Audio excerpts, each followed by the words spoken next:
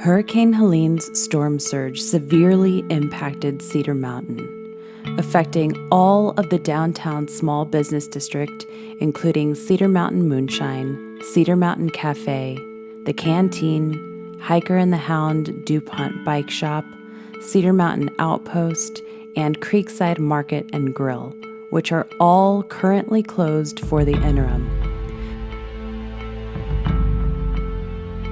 The businesses are committed to restoring to their new normal operations as soon as possible.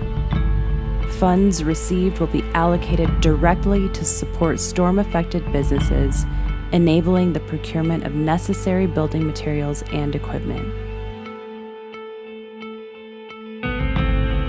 Cedar Mountain's strong community is dedicated to expediting recovery. Your support is very much needed and appreciated.